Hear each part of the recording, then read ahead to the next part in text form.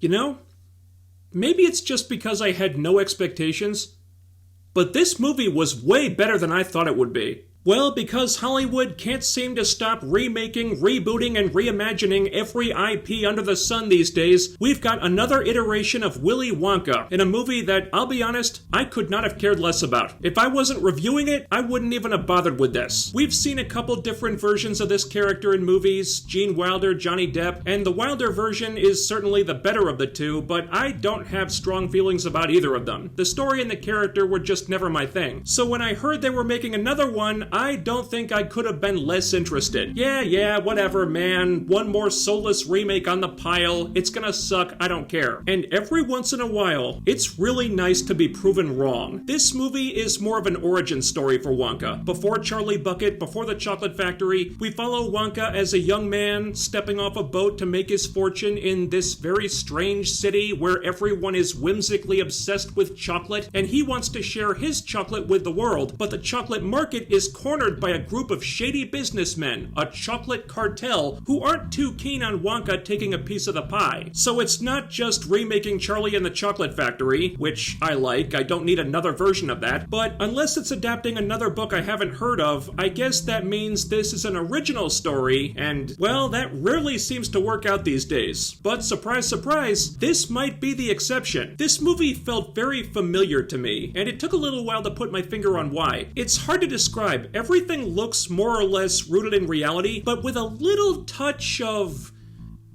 magic is the only word I can think of. You see it a lot in the set design, where things will look mostly normal, but with a little bit of stylization, a little bit of fantasy baked in. Nothing that takes you out of the movie, it just makes things really fun to look at. And after it was over, I said to myself, that kind of felt like early Tim Burton meets Walt Disney. And I don't mean the Disney company, I mean Walt Disney. And a lot of that has to do with the director, Paul King, who also did the Paddington movies, which I haven't seen myself, but I hear are somehow better than they have any right to be. In fact, if I'm Bob Iger struggling to find a way to stop Disney from going down the tubes, I'm snatching up Paul King right now and giving him a movie, because this felt more like a classic Disney film than anything Disney has put out in the last few years. Even if you're like me and this is not your type of thing, it's really hard to not get swept up in this movie.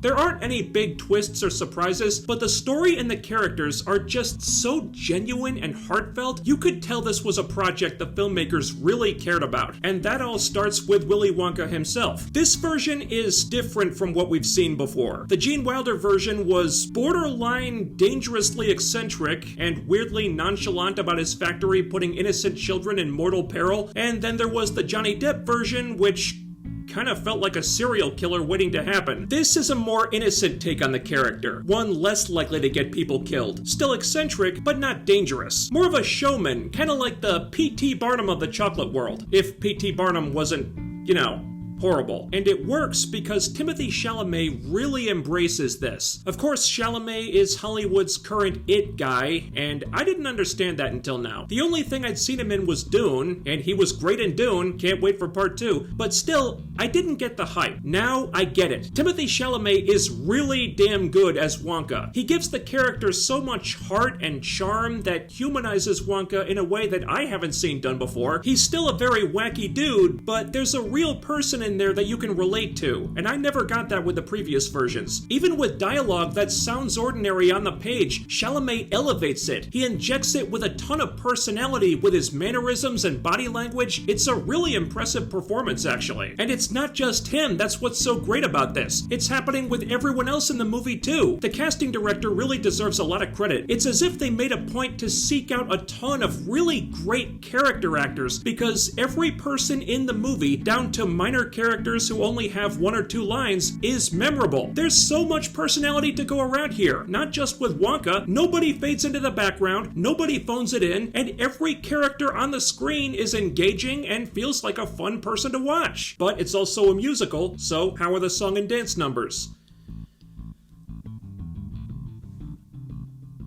Fine?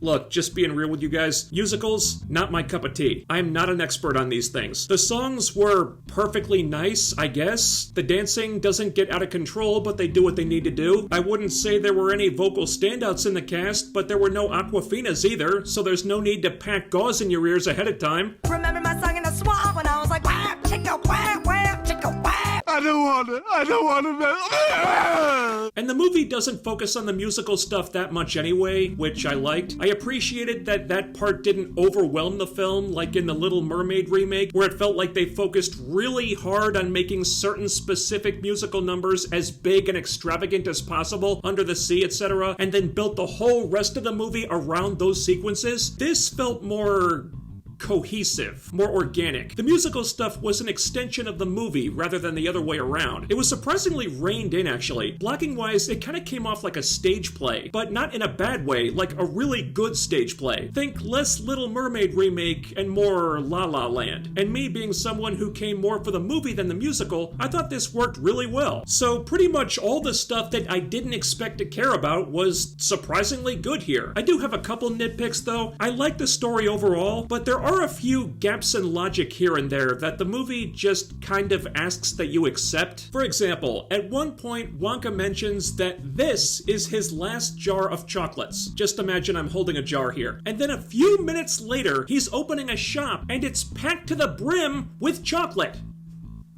How did he make so much? What did the ingredients to make this stuff even come from? How did he renovate the shop so fast? Beats me. You sort of buy it within the context of the story, though it is one of the flimsier things in it. It's definitely one of those times where they're saying, it's a movie, just go with it, but you can get away with a few moments like that if the rest of the film is good. And it is. It's not like this breaks the movie or anything, it doesn't. So yeah, there'll be a couple moments like this one that'll seem kind of weird, but ultimately they're not a big deal and you don't really care. Speaking of, how's that for a segue? The Oompa Loompas. Can't say I was too excited for these things. From the trailer, this looked like the dumbest thing in the movie, and it kind of is. This was the one part where I think they got a little bit lazy and just went for the typical Hollywood approach with the typical Hollywood style comedy. Not a big fan of that. The Oompa Loompas aren't kooky, unique creatures anymore. Now they're just tiny, orange-skinned men who talk and act exactly like everybody else. And that's, I don't know, seems kind of lame. There are nods to the classic versions, but I guess after Futurama parodied them back in the day, they couldn't just do the old shtick again. But they didn't seem to have any new ideas for these guys either, so it's basically just CG Hugh Grant acting like Hugh Grant. And I'm not even saying that's a bad thing. It's low-hanging fruit, yeah, but still, he got a chuckle out of me once or twice. They found a way to use him that made sense, and I did end up enjoying the character for what it was. It's just not the most creative part of an otherwise creative movie. That's all. Overall, though, while Wonka might not be the kind of thing I'd usually watch, I was really surprised by how much I like this movie. And apparently it's flopping at the box office, which is really depressing. This does not deserve to flop. Wonka, along with films like Godzilla Minus One and Mission Impossible Dead Reckoning, feel like outliers compared to the deluge of crap Hollywood's been churning out lately. I think Wonka is a terrific film at a time when movies like that are few and far between, so it seemingly falling through the cracks just really sucks. There's no agenda, the filmmakers obviously love the source material, and they delivered a really well-made, charming, heartwarming movie about dreams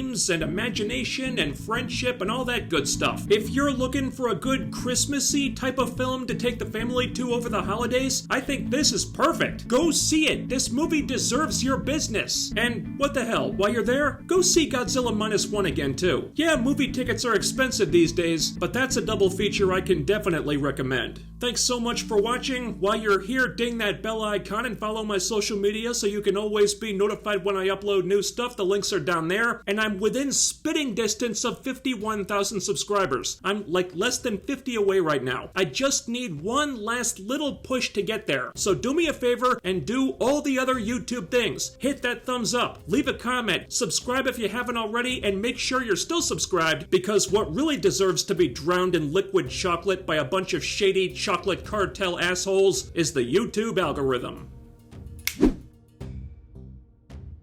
That's all for now, but I'll be back with more soon, so take care, stay tuned, I'll see you next time.